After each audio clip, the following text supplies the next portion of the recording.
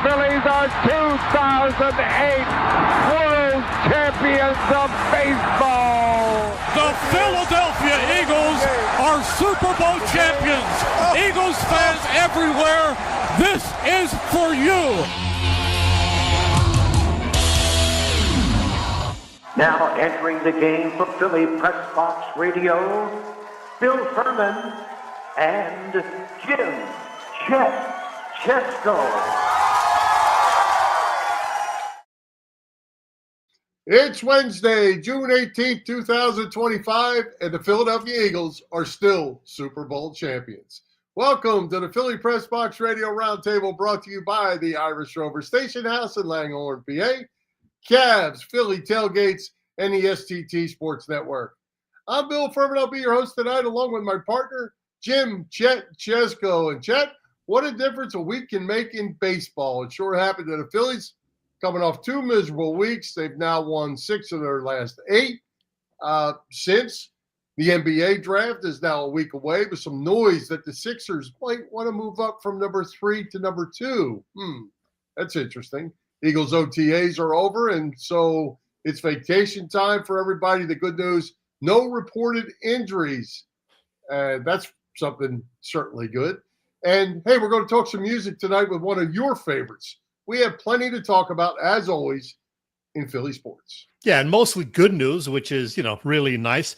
I mean, Harper and Nola are still injured, and Casty got nasty with the manager the other night and got suspended. But all in all, they've been playing much better ball over the last week and a half or so. And, Bill, we know you are all excited about the 76ers. I'm sure you're going to have a lot of nice things to say about them. Well, I always do. But, hey, we have a couple great guests tonight. We're going to talk a lot about the Sixers with our friend making a return visit, Philly.com Sixers beat writer Keith.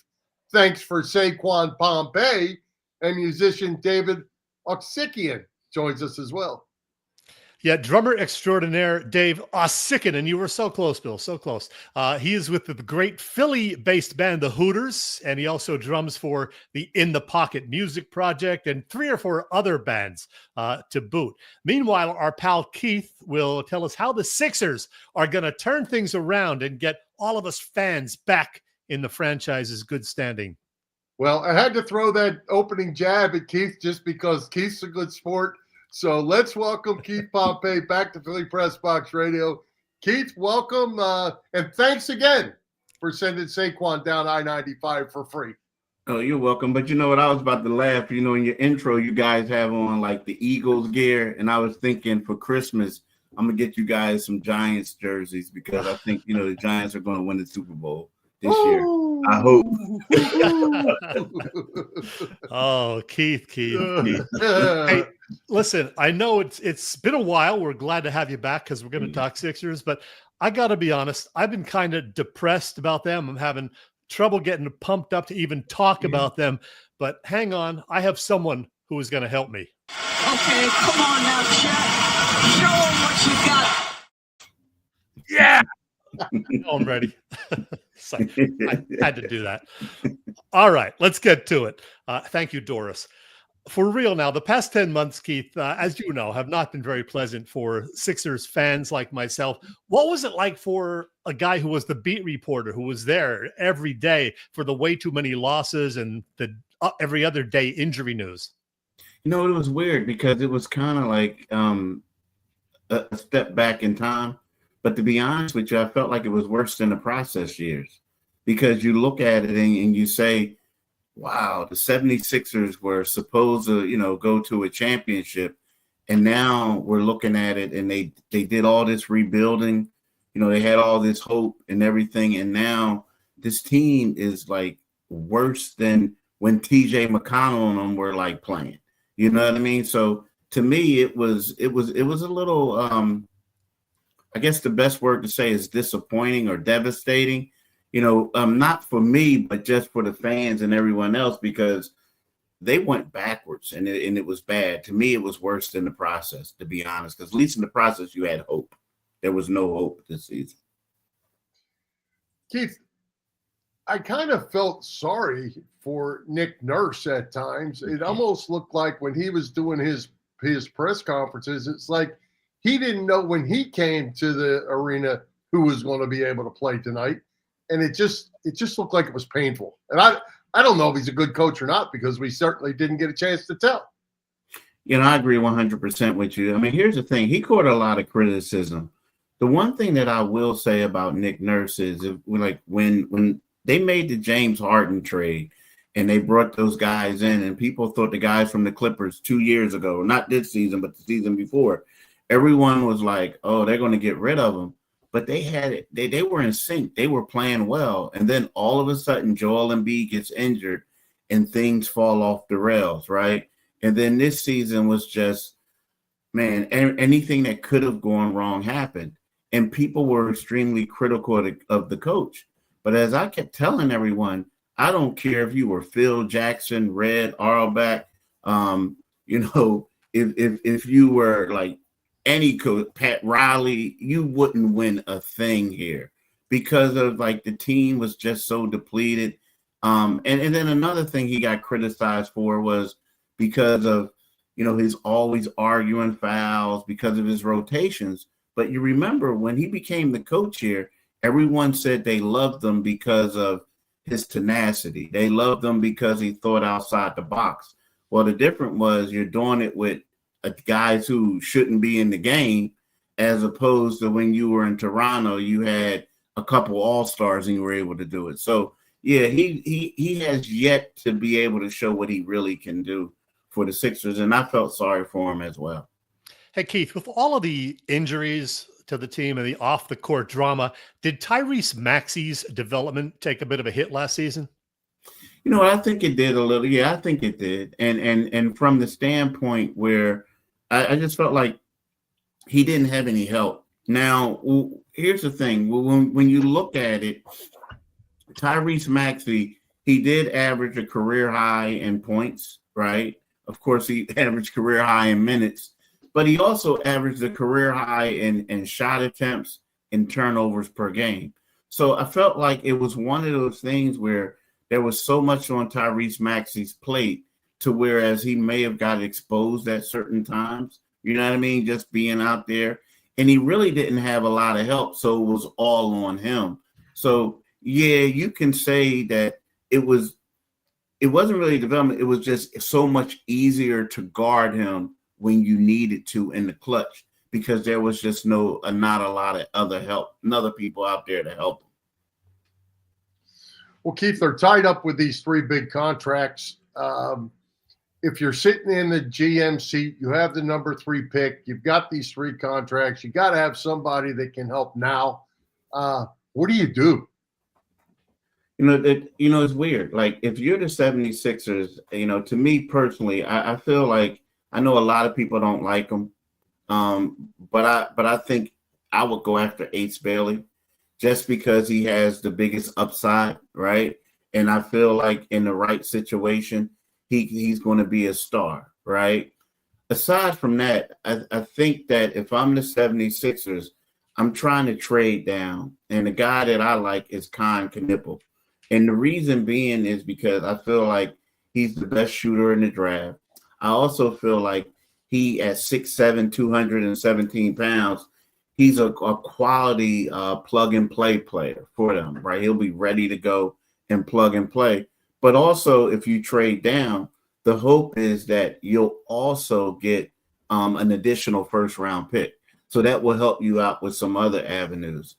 Just to me, these other guys, yes, they are good, but I don't know if anyone would really in that other top 5 is going to help you get over the hump in regards to winning the championship. Hey, Keith, your colleague at the Inquirer, Mike Sealski, wrote a piece the other day saying basically stay away from the 2 Rutgers guys because the team didn't make the tournament. They actually had a losing record. So that's not good. What do you think of that? It's weird because you can make that argument, but then you look at Anthony Edwards. When Anthony Edwards was at Georgia only won 3 SEC games, and they had a struggling record. You look at Jalen Williams at Santa Clara, I think, they were a struggle in that league that they were in, and we're talking about a mid-major program. I think that when you look at Rutgers basketball, and you see that this is a team that I think that only had like maybe 8 winning records in the 8 winning seasons in the last 30. A team that only made 8 NCAA tournament appearances. And you look at it and you see that all the people who left because of the transfer portal when these two guys came, I think it's not fair. Now, again, I love Mike. That's my guy. And that's a great argument to have. But again, there's a lot of guys who played in college and their teams were trash, right? And then you look at Rutgers. I mean, think about it, guys. We're from this area. There's like 7 other schools that I would go to before I went to Rutgers. I would go to LaSalle before I went to Rutgers. And that's not a knock on LaSalle. I'm just saying it's in a smaller conference, and where Rutgers is in the Big Ten, I just wouldn't go there, in my opinion. Keith, what's the status of Joel Embiid at this point? We're in the off season. Can we expect him to come back healthy at all, or I mean, you can't move on from his contract, I guess. What can we expect from Embiid? That's the $1 million question. I mean, I wish I had the answer to it. It's one of those things where, they said that he was going to be reevaluated in 6 weeks. This was a week before the season concluded. And it's been 2 months and we haven't heard anything. When you talk to people, like, they say, yeah, everything is going well. They expect him to, be back at the start of the season. But y'all remember it was the same thing last year. Yep. Where it was, and it's like he played in the Olympics, everything was great. He's ramping up. Sudden, huh? Yeah. He's ramping up. He's ramping, exactly. And then we find out his knee was swollen, right? Yeah. So then, and then he doesn't want to play. So to me, I mean, that is a great question. It's $1 million question, but it's one of those things that we're really not going to get a real answer until he's out there on the floor. And I have a feeling they may say, hey, look, just because of in the past, he really doesn't like play in the preseason. So we may not even figure that out until the season opener, unfortunately. Wow. Well, speaking of Embiid, let me get your reaction to this. Charles Barkley last Friday was on with Mike Missinelli on 97.5, and he had this to say about Joel. I think Joel's a nice kid, but I think him being not in the best conditioning is one of the reasons he's always been hurt. I really think this. If Joel had had a real coach from the beginning, I think his career would be totally different. I think if he had like a real coach from the beginning, like a Billy Cunningham, who held him accountable, I think he would have been the greatest player in Sixer history. What do you think, Keith? I mean, that's kind of telling, right? And Charles, it's kind of right. I mean, back then it was when Joel came here, I remember it was one of those things where you got Joel Embiid, you have Nerlens Noel, you have Michael Carter Williams. I mean, they were treated like they were LeBron James, Chris Bosh, and Dwayne Wade. And then the veterans were treated like they were rookies, right? So there was nobody holding these guys accountable. I felt like, Brett Brown wanted Sam Hinkie to hold him accountable, but Sam Hinkie wanted Brett Brown to hold him accountable. And what that did is it's kind of like, when you're raising a child and you let the child do whatever they want, but then when the grandparents come over, you're telling the kid you can't jump on the couch anymore. Well, at that point, it's too late. That's what they've been doing. And I feel like with Joel Embiid, Charles Barkley is 100% right. I mean, it was a culture where they enabled him to do what he wanted to do. He didn't really have to practice if he felt like he had a boo-boo or something like that. And it's just now you look at it and you can't get that back. You just can't get it back, especially a 7-time All-Star, an MVP. And the one thing that we're not talking about is he has over, around $250 million left on his contract, guaranteed. So good luck with all that. That's the problem. Well, I mean, as we sit here today, what's the Joel Embiid legacy? It can't be. I don't know. He's a great player when he's on the court. It would have to be underachieved, right? I mean, it would have to be because, it's Joel Embiid is going to if his career was over right now, Joel Embiid will go down as the only MVP who hasn't gotten out of the second round, right? You know, Joel Embiid has yet to play an injury-free season, right? I mean, if we're going to be real, he has yet to do that. So, you know, if people will look at him as just like they look at Yao Ming, I hate to say it, they're going to look at him and say he has so much potential. He could have been this guy, but because of injuries, because of conditioning, and that's different than Yao Ming, he never lived up to be the player that he could have been. Hey, Keith, getting back to the draft, you're okay with Ace Porter, but there is some speculation the Sixers might consider VJ Edgecombe of Baylor, the 6'4", 6'5" shooting guard. What do you know about him? What do you like about him or not like about him? You know, here's the thing about VJ, and you know, the thing is, you know, he is extremely athletic, powerful. He's a tenacious defender. He's also a guy who improved his shot. You know, before, you know, unfortunately, like you get these labels where you get a guy like him and people say, well, is he a good basketball player or is he a great athlete? You know, for a while, he was recognized more as a great athlete. So now he's getting into his own. I like him. The only question mark that I have is, and I get it, is one of those things where you want to build your team and you go after who you deem is the best player available, right? But also we're talking about a team where they're trying to win. And I look at it as if you get him and you have Tyrese Maxey, you have Jared McCain, well, are you going to bring back Quentin Grimes? You know what I mean? Like, what's going to happen? And then you also have Lonnie Walker. Now, again, I'm not saying he's in that level, but he's in the rotation. So how many guards are you going to throw out there when you have so many other positions of need, right? So if you go after him, that's ideally you think that you wouldn't bring back some other guys, right? But so I do like him, but I also think that he needs to continue. He's made strides, but he still needs to continue to work on his shot, right? And if that way he can be a quality 3-and-D defender, 3-and-D player, but at the same time, that's a loaded position for me. Keith, it's pretty obvious Cooper Flagg will be the number one pick to the Mavericks, but a lot of speculation, Dylan Harper, another Rutgers guy, shooting guard, is that number 2 guy in most mock drafts. Do you see it going that way? And there's some scuttlebutt about maybe the Sixers wanting to trade up to that number 2. Is that to get Harper? Yeah, that would definitely to get Harper, because when you look at this draft, there's only 2 guys that they say are can't miss. You know, as much as I like Ace Bailey, you know, there's a lot of red flags about him, right? So you got to do your due diligence to get him. Now, when you look at Dylan Harper, you know, the Spurs really like him. Now, in order for the 76ers to get him, they're going to have to give up a lot of picks for him. I mean, we look at these trades.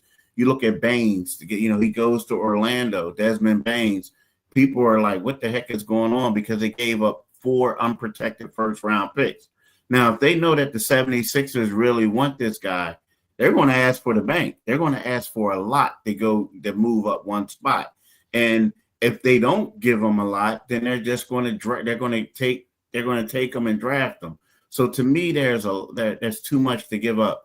Now, the one thing that I will say is that the Spurs like him a lot, even though they do have a point guard in De'Aaron Fox, but they like him because they feel like even though he's a point guard, he puts them in mind of James Harden, meaning with the size, the weight, and his ability to finish at the rim. But also nowadays, there's a lot of teams who are out there playing 2 point guards, 2 guys. And then also they feel like, you know, he could be an asset just like De'Aaron Fox years from now that they could trade and get more picks for whoever isn't the star. So, yeah, I think that's a tough ask of the Sixers in regards to moving up and getting him. Hey, Keith, one last Sixers question from me. Coming off his left knee meniscus tear that cost him most of his rookie season, which was a pretty good rookie season, what is the outlook now for Jared McCain this coming season? How's his health, and how's he going to be utilized? I think we'll see him in the same way, like depending on who they go out and get. Now, my thing is, I think that ideally, if you have Jared McCain and you have Tyrese Maxey, you want to pair one of them, and the guy you're going to pair with is Tyrese Maxey with a bigger guard. You know what I mean? A guy that's taller who can be more of a defender and stop things. And help out with the defense. In regards to his health, it seemed like, remember when he had the surgery, it was one of those things where initially they talked about it like, okay, do we want him to come back or not? The doctor said it might be best for you to take your time and do things. But he's a guy that, talking to them, that he's more in line to be back at the start of the season and play this year.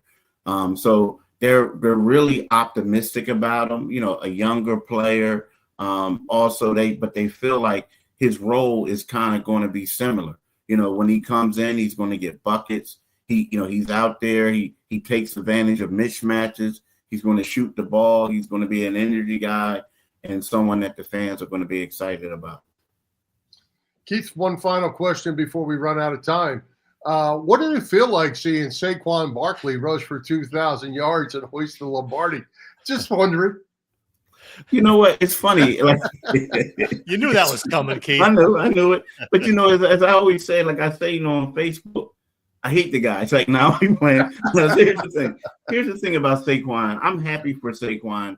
To me, that was an embarrassment by the Giants. Like, first of all, you guys, they did him wrong. Like, they kept giving him a franchise tag. They thought that because he was a running back, he wasn't going to get a lot of money. And the worst part about it is it's like it was an embarrassment on TV, the way the whole thing goes down. Yeah. But the more that you think about it, I blame ownership.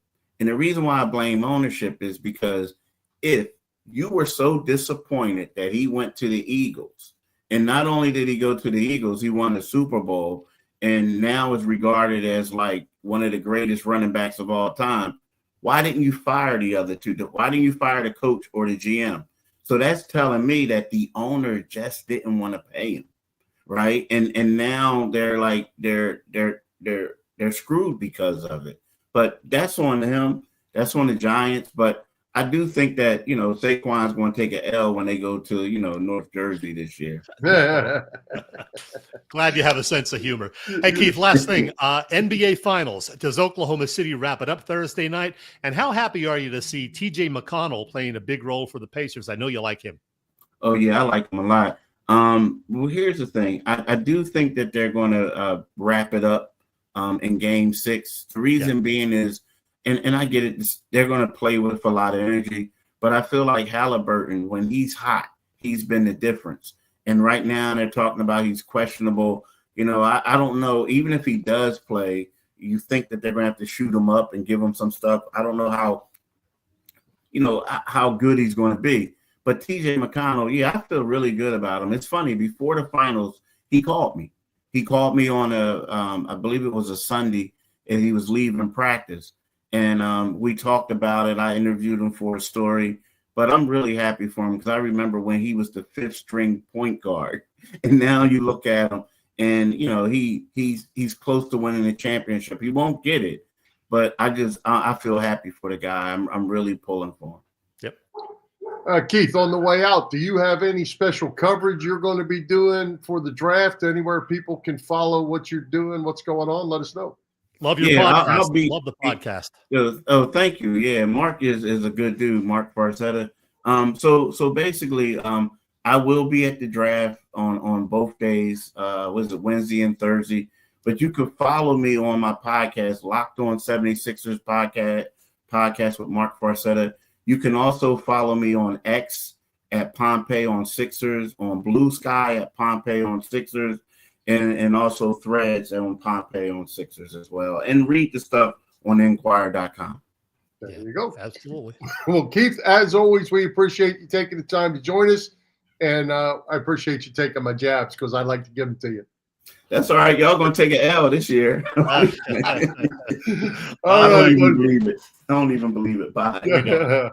All right, Thanks, man. Keith. Appreciate you. See ya. All right, Chet. Philly Press Box Radio is now part of the STT Sports Network, as in Set the Trends. It's a network set up by our pal, Phil Stifel, host of the terrific Trending in the AM show that you can find every weekday morning on the STT Sports Network YouTube channel.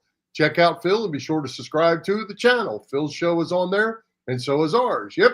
You can find Philly Press Box Radio there, in addition to on our own YouTube channel and on our Facebook page. Again, it's the STT Sports Network, setting the trends for what sports talk should be. Hey, Chet. Yeah. Tell us what's going on at the Irish Rover Station House. Did you make it over there for Father's Day car show? They postponed it. They had to postpone it because the stinking weather up here in New Jersey and Pennsylvania has been awful pretty much every weekend. So they made a last-minute call first thing Sunday morning to postpone it. But the good news is today they rescheduled it. It's going to be the first weekend in September, not Labor Day weekend, because Labor Day weekend is actually August 30th, 31st, and September 1st. So September 7th will be the car show. And there's no Eagles game that day because the Eagles will have played on Thursday night, September 4th. So there you go. Now, regarding the Rover, otherwise, you know this place, the Irish Rover Station House, Langhorne, PA. I was there last Thursday, had some of their terrific wings. Sweet and spicy, always my go-to for wings. The Rover has killer burger Thursdays too. Dinner specials Thursday through Sunday. Happy hour deals Monday through Friday. I took advantage of that for my wings and beer, saved a little money. And a $5 Sunday Fun Day menu as well. Check this place out if you haven't been there. Always 24 beers on tap, by the way. Yeah, check it out. The Irish Rover Station House is on Bellevue Avenue in Langhorne, and you can find them on the web at IrishRoverStationHouse.com. And let's today go with this guy. Hey, I'm John Brazier, Director of Fun and Games of the Fighting Phils. Speaking of fun, you're hanging with Bill and Chet on Philly Pressbox Radio. Go Phils. There you go. Thanks, John.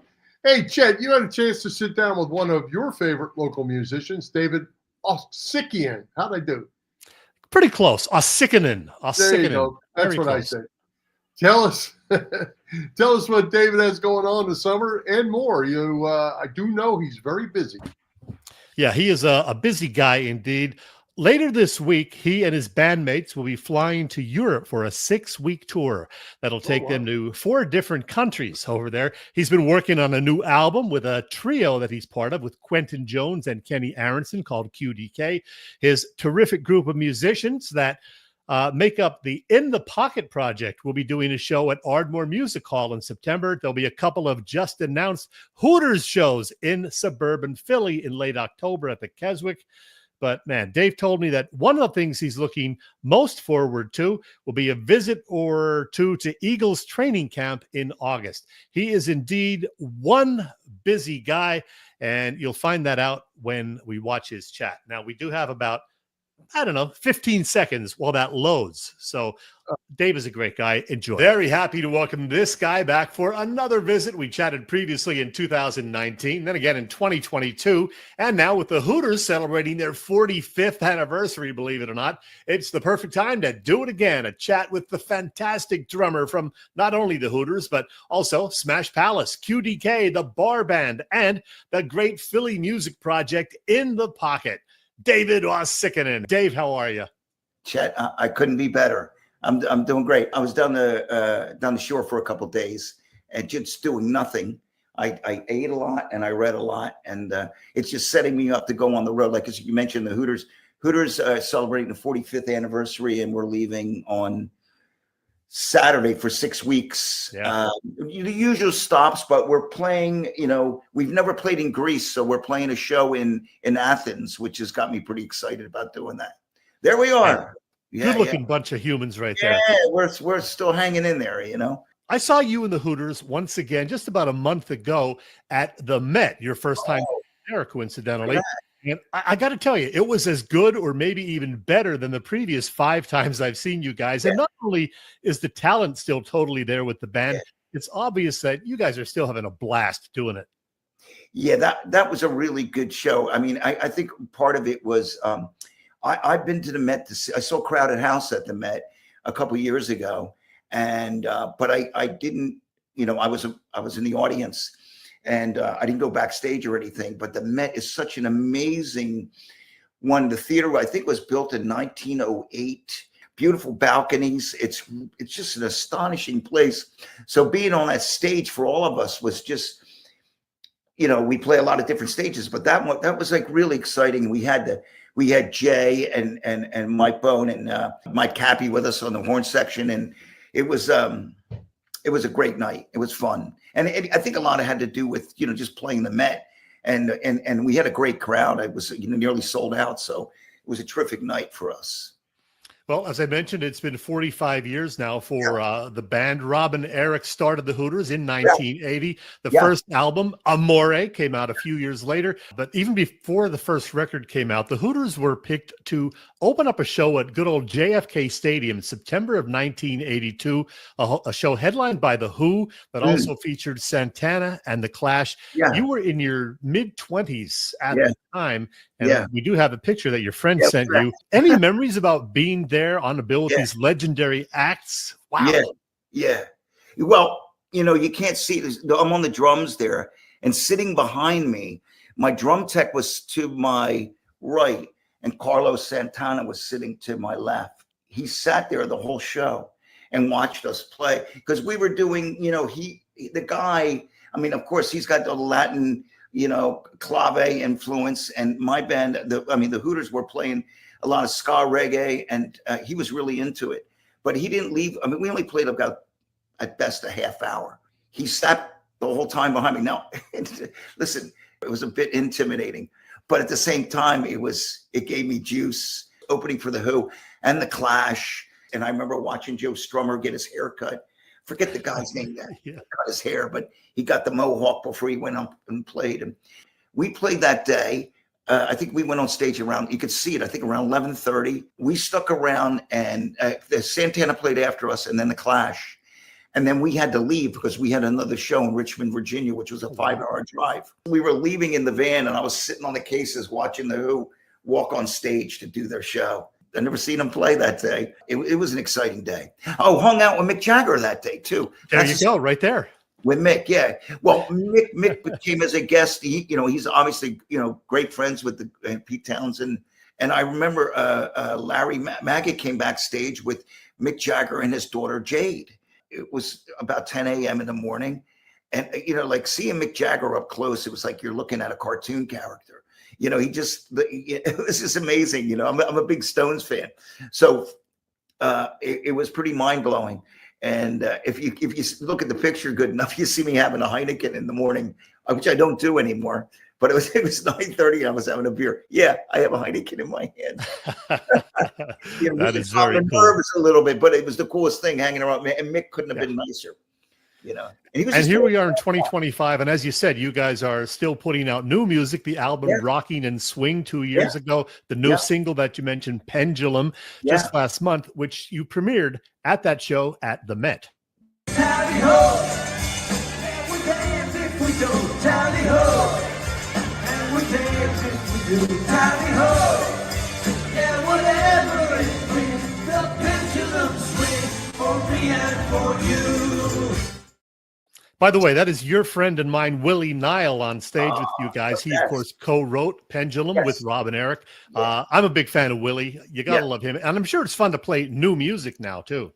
Yeah, that one was really new, too, because we just recorded it. Other than the feel of the song, I had to learn the parts of the song that day. So somehow pulling it up.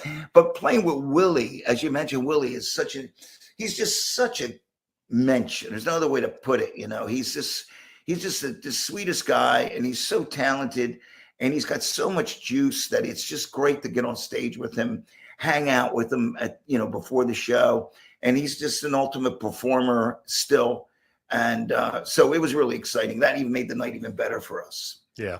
Well, Dave, not only are the Hooters celebrating an anniversary, so too is your In the Pocket project. You began that, a celebration of Philly music 15 years ago, and we'll celebrate that milestone with a show at Ardmore Music Hall in late September. Man, lots of talent to be on the stage over the course of the evening. For folks who don't know, tell them about In the Pocket. In the Pocket project is basically something my wife Dallin and I thought of when I moved back here about 15 years ago, a little over 15 years ago. The Hooters were touring, but we weren't a year-round band anymore. We'd go away in the summer, maybe do some dates in the fall, and there would be some dates we would do. But it wasn't like the old days where I'd be living out a suitcase. So as a full-time musician, I was looking for something to do. And when I moved back to Philadelphia, it was so different from the time, because I lived in Southern California for 20 years. When I came back here, Philly seemed like a different place. It was after the Phillies won their World Series in 2008. And, there was a whole different vibe there. And I started thinking about how Philly music inspired me as a musician. And because it's such a melting pot of sounds and styles. And that's what makes Philly so cool. Philly International, the Philadelphia Folk Festival, the jazz that came out of this, and then the rock and roll too. So I wanted to honor the songs that made me who I become. So I used to write about music for a music technology company I was working for. And I called it In the Pocket. My friend Guy Eckstein actually coined that name. And I just kind of moved it over and started recording these songs, essential songs of Philadelphia picked by me. And, different genres. We did punk rock girl. We did backstabbers. We did songs by Todd Rundgren. It's that kind of thing. I tried to record the Twist recently, but Chubby wasn't having it. It was the first time I had anybody that I wanted to honor that was like, not now. Wow. Well, it was weird. Listen, man, I understand it sometimes, but at some point, I'd like to honor that guy because of what he's did for rock and roll in Philadelphia. Hey, by the way, one of the many talented, ridiculously talented guys that's part of both In the Pocket and your bar band is Kenny Aronson, bass player extraordinaire, who, if all goes well, I'm going to be interviewing later this summer. Give our viewers 20 or 30 seconds on Kenny Aronson. Talk about rock and roll resume right there. Well, he's really a legend. When I heard that he moved into the area, I was like, I got to meet this guy.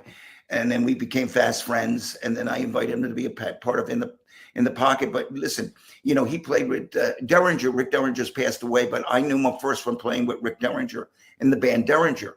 But, the guy played with Bob Dylan. He played with Billy Idol, Sammy Hagar, Joan Jett. He was a Blackheart. He's done so much. And he's not only a great bass player, but he's a great pedal steel player. He's a great producer. He plays with me and Quentin Jones and Kenny in a band called QDK, which we're working on Quentin's record right now. It's been a lot of fun. And Kenny is, in 1980, Rolling Stone voted him the best bass player in rock and roll. Wow, that's quite an honor, and he lives up to that. He's brilliant.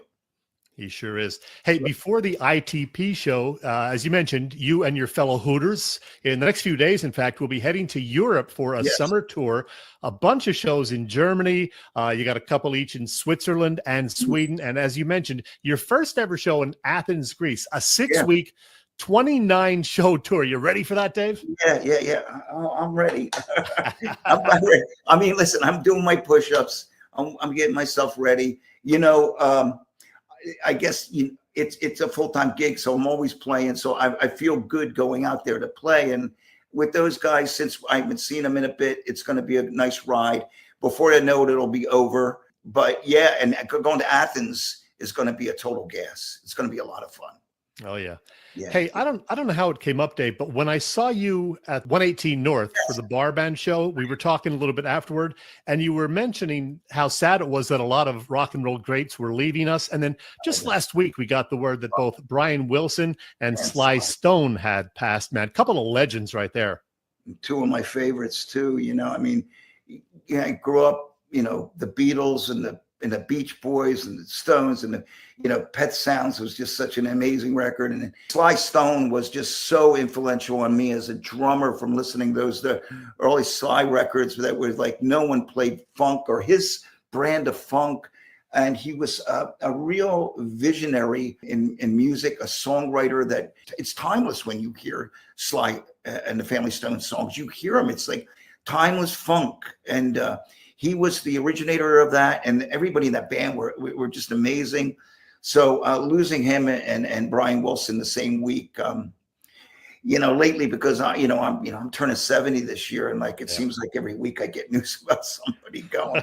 I hear it's not fun, So I'm having a ball. It's like I'm excited about the tour. When I get back from the tour, I'm excited to go to Eagles training camp. I'm excited about that. Our world champion Philadelphia Eagles, and it's a great time to be in Philadelphia for sure. Well, funny thing you mentioned that was going to be my last thing. As a long-suffering Philadelphia sports fan like me, how does it feel to be able to call the Eagles Super Bowl champions for a second time in 8 seasons? I mean, how about that? Isn't that amazing? And the thing about it is, like, every year they've been in the mix. I mean, they could have won that. Listen, I got my theories, but we should have 3. I know. Well, listen, but they don't. So listen, I'm not going to be a jerk about it, but I bleed green, and I'm really excited about the team this year. We lost some key components, but I think that there's so much talent on the team, and they all seem focused. And if we don't get there this year, we'll get there the following year. Jeffrey Lurie is a great owner. Howie's a great GM. We got a great coach, even though he drives me nuts sometimes. He seems to understand the culture and bring the culture to the Eagles. So it's great. And watching Saquon and Jalen and all the Jalens, and it's amazing, right? Wow. Yes, sir. And hopefully we have another Phillies World Series too. Wouldn't that be great? Wouldn't that be nice? That'd be nice. Great. Dave, if we stay on schedule, we're going to have another chat like this in 2028. I think we're on the every 3-year schedule. Yeah, Chet, I love spending time with you. I love seeing at shows. I love to hang out with you. You're a sports guy and you love music. And when I found out you're a fan of Willie's, I went, he really, you're a real music fan. So it's cool to hang with you, man. I've seen Willie 31 times. Not that I'm counting. Have a great time in Europe and enjoy the rest of your summer otherwise. And I'll see you in Ardmore in September. See you then. Thanks, everybody. Go Birds. Go Birds. Go Birds. Go Hooters. Tell you what, 45 years. Man, it just doesn't seem like that's possible. Yeah, they formed in 1980. The first record came out, I think, in 82 or early 83. And they're still going and as popular as ever. And they're even more popular in Europe than they are in the States, it seems.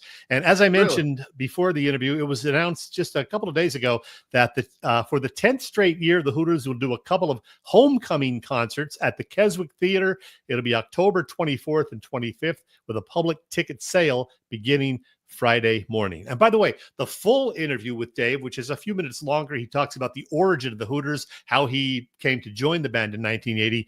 That'll be available on YouTube right after our show concludes tonight. Very good. Good stuff. Hey, Chet, what could be better than a summer of Phillies baseball and tailgating with the best tailgaters in Philadelphia? Bob Cavanaugh and the gang at Cavs Philly Tailgates. Well, you got that right, Bill. Cavs Philly Tailgates has been cooking up a terrific catering business for some 35 years. You know them for their tailgate parties. Cavs is a 3-time winner of Philly Tailgates Jack Daniel's Great American Tailgate Party Contest and a past winner of the Philly Daily News Tailgate Award. Cavs does corporate events, parties, you name it. Of course, Cavs does host tailgates before all Eagles games outside the link, and there will be various tailgates outside Citizens Bank Park this summer, too. That includes one before the Phillies and Angels and Phillies Red Sox games in July, and ahead of an Orioles-Phillies game on August 6th. Of course, Cav will host a tailgate outside the link on September 4th before the Eagles-Cowboys season opener. And if you have any questions, you can email them at cavscatering@verizon.net. Cavs Philly Tailgates is the way to go.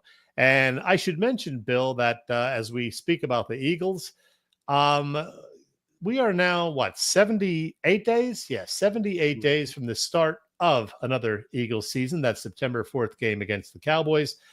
And I hope I can find the picture for the day. Yes, I can. 78 days from now reminds me of this guy, Carl Hairston. Carl Hairston.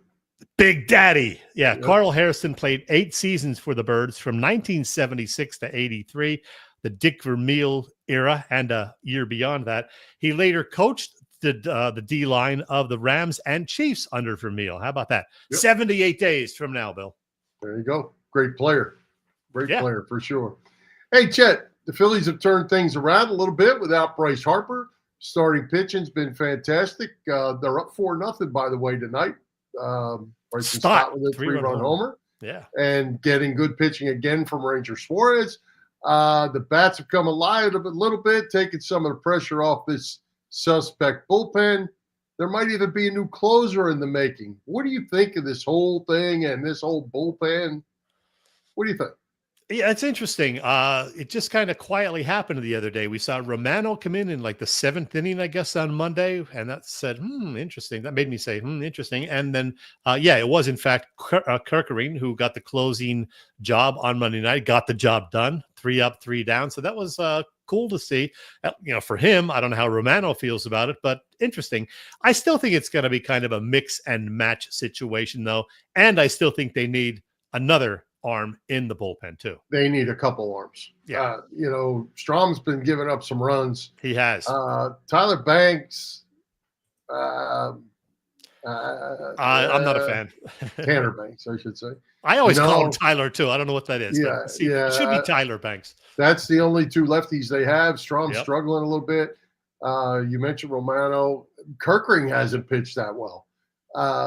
To have earned that spot.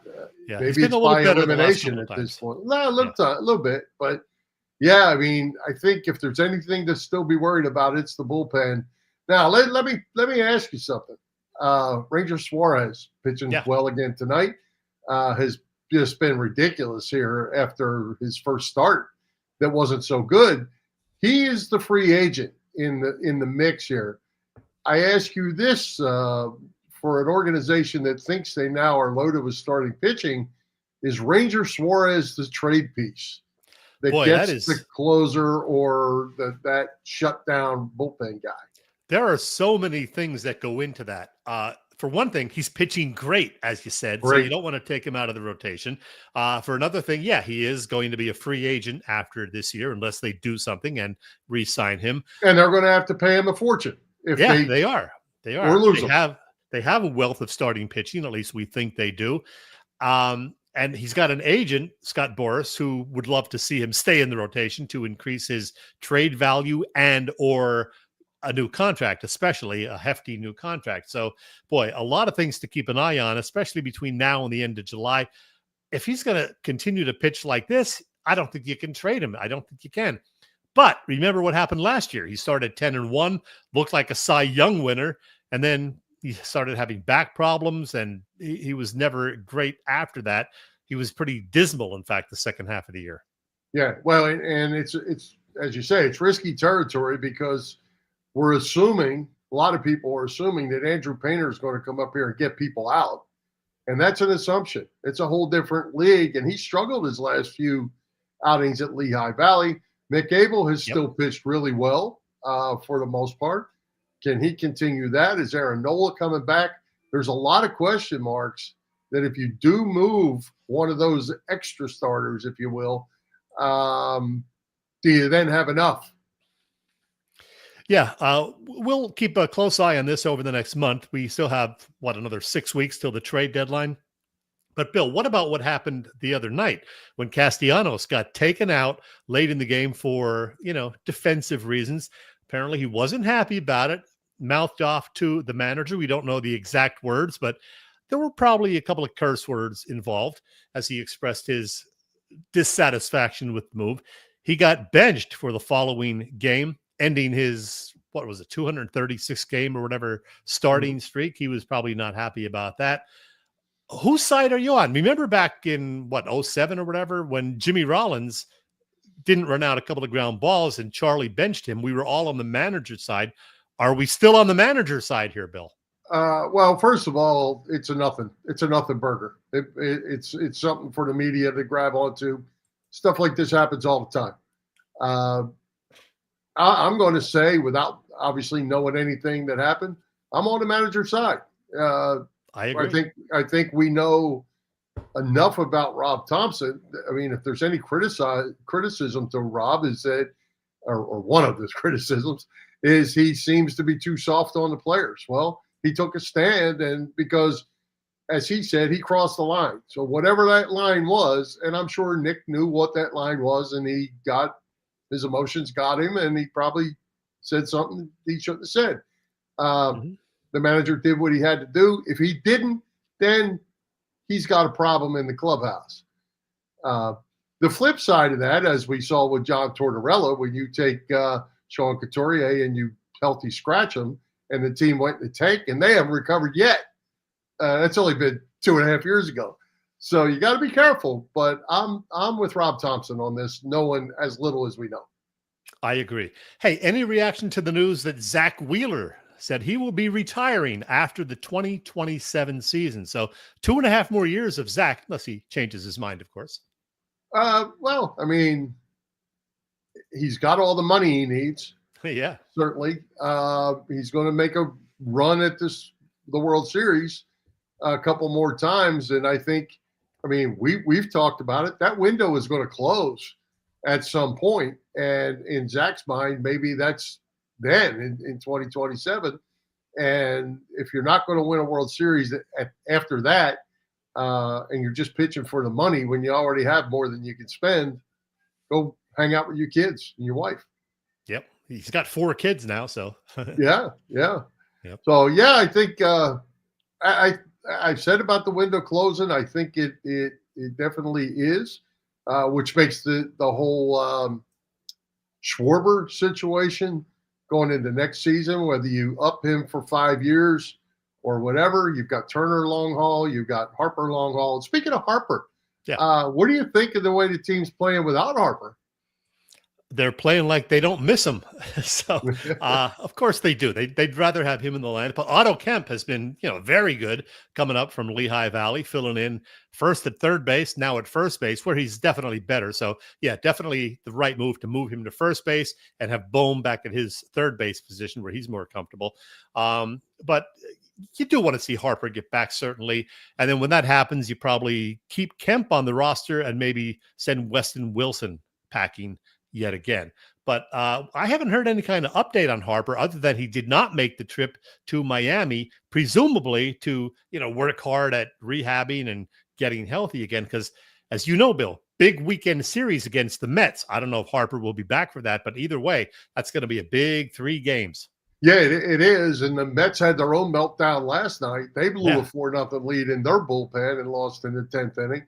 Bullpens are tough everywhere. They're hard to come by, and everybody kind of has the same problem. We obviously magnify ours because we watch them every night, but there's trouble everywhere. Bill, do you think we can move our show again next week to another night? Well, I think we're going to have to because somebody keeps making summer plans. So tell us, with Keith Pompey and Dave Uosikkinen tonight, great guess, who's coming next Tuesday to Philly Pressbox Radio? Yeah, I apologize, everybody, but I'm going to be out of town next week, Wednesday through Sunday, so I don't want to miss our show. I don't want to have to do it from another location. We're going to do the show Tuesday night. You're like a rookie. I know you do it from all over the country. Just picking up and just taking it away. Yeah. I like to be right here in my makeshift studio, and that's where we're going to do it Tuesday night before I leave. Well, next week, Bill, you're going to like this show on Tuesday night. Of course, we're going to talk more Phillies and more Sixers, too, because the draft will be happening the following couple of nights. But we will also, Bill, just for you, talk Flyers hockey. See, the NHL entry draft happens later next week, Friday and Saturday, and the Flyers have a whopping 7 picks over the first 2 rounds. They have 11 picks in total. So who better than this guy to talk with us about all of that? JJ. Jim Jackson. Yeah, the voice of the Flyers for some 30 years now, more than that even. We last talked with JJ just about 1 year ago when he, Lou Nolan, and Joe Watson joined us at the Irish Rover for our 500th show. We are at 553 now, Bill, by the way. So, yeah, you're getting old. JJ going to be here live next week. Looking forward to that. Hey, Chet, we had such a good time last week with picking our toughest losses. Got a lot of feedback through the week on that as well. I'm going to give you and the viewers another homework assignment for next week. You up for it? I'm always up for it, Bill. Anything. All right. Well, here you go. And our listeners need to be paying attention. Our viewers need to be paying attention to this because we're going to need their feedback as well. We need to come up with our list of best Philly sports nicknames, Chet, in the last 50 years. Yes, Dr. J is a nickname. It can be included. Wilt the Stilt can be included. But then probably we don't go too far back past Wilt, you and I. So we'll shortlist it like we did last time. There are a ton of them.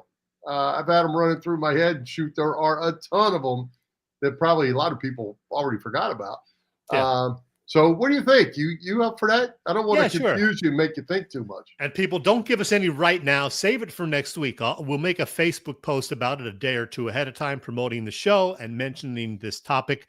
Hey, I just mentioned Big Daddy, Carl Hairston, a few minutes ago. And hey, with Jim Jackson joining us on the show, I'm sure he'll be able to give us a bunch of them because hockey players love to give each other nicknames. We don't have to run through them, but the Flyers have a rich history of nicknames.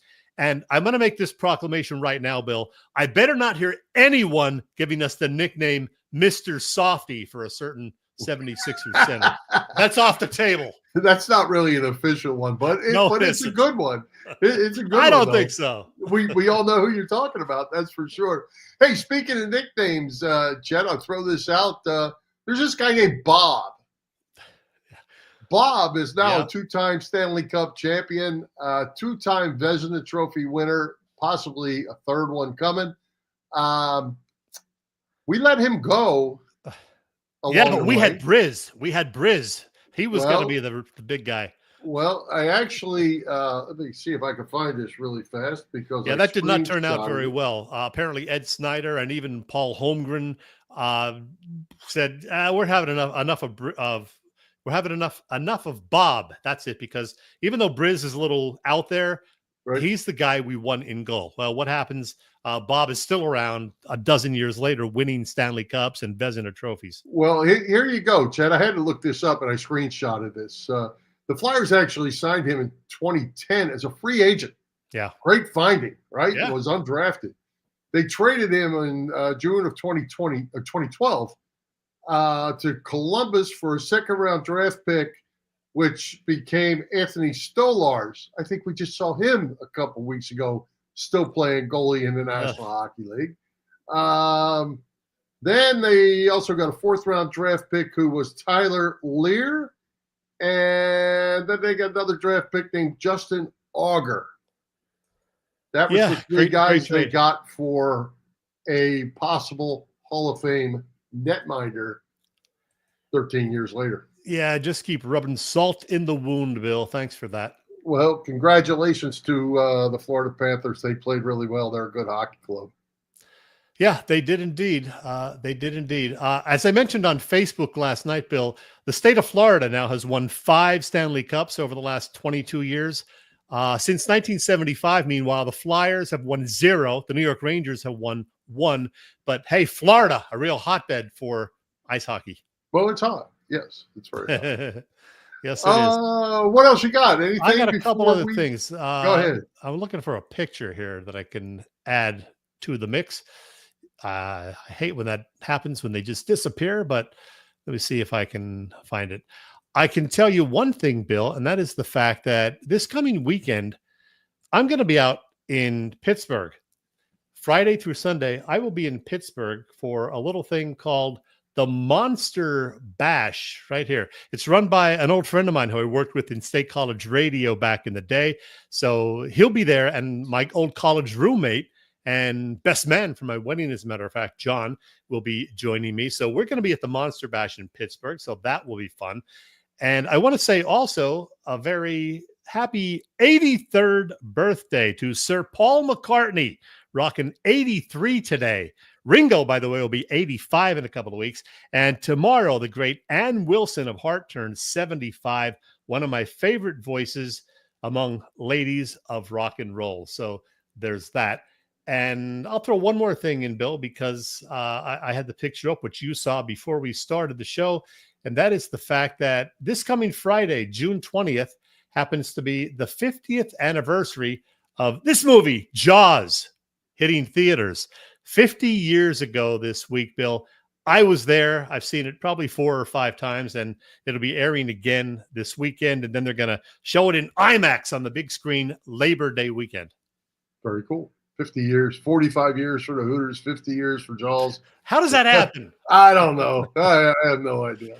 All right. Enough. Wrap it up. Let's wrap this thing up. Let's thank tonight's special guests, Keith Pompey and David Uosikkinen.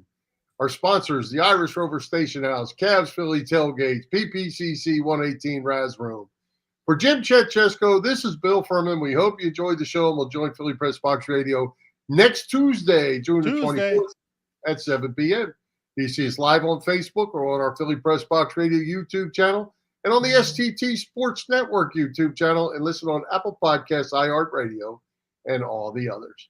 High hopes, Philadelphia sports fans. Let's go, Phillies. High hopes he had.